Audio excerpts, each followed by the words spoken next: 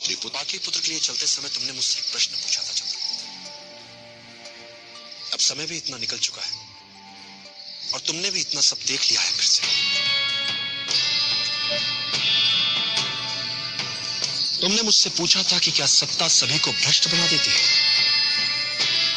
तुमने मुझसे कहा था कि मगध के सिंहासन पर बैठते ही मैं सिकंदर या अन्य राजाओं की तरह हृदयहीन तो नहीं हो जाऊंगा कहीं।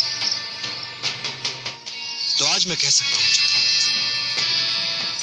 नियति ने तुम्हारा भविष्य अन्य राजाओं से भिन्न लिखा है और ये बात पूरी यात्रा में सिद्ध भी हो चुकी है और कारण उद्यम में ही छिपा है। तुम्हारा जन्म अन्य राजाओं या सिकंदर की तरह नहीं हुआ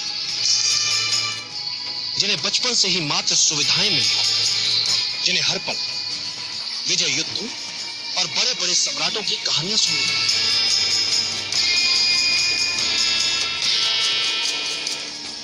और तुम एक निर्धन परिवार में जन्मे, एक ऐसा परिवार जो कुचला गया, जिसने सदा सहा दुख अपमान यातना सब कुछ सहा।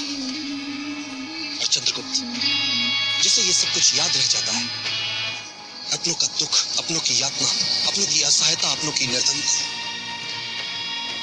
चाहे वो कितने ही बड़े सिंहासन पर क्यों न बैठ जाए, अपनी जनता के प्रति कभी हृदयहीन नहीं होता। वो राजा कभी अमानवीय नहीं होता। वो राजा अपनी सत्ता के मद से कभी भ्रष्ट नहीं होता, क्योंकि जिसने निर्धनता भोग ली, देख ली, वो अपनी जनता की हर विवशता को समझ लेता। बिन बताए ही समझ लेगा वो अपनी प्रजा के दुख। इसीलिए सत्ता भी उसे भ्रष्ट नहीं बना सकती।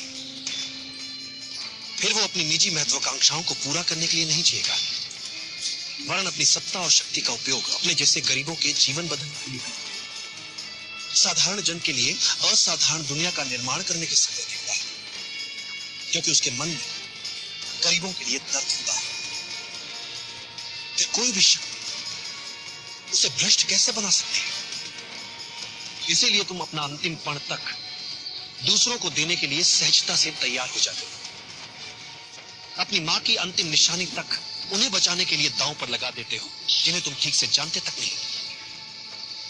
बस उनके दर्द को जाना तो सब कुछ लुटा दिया, उनके लिए कोड़े भी खा लिए। चंद्रगुप्त, तुम दूसरे राजाओं की तरह भ्रष्ट हो ही नहीं सकते।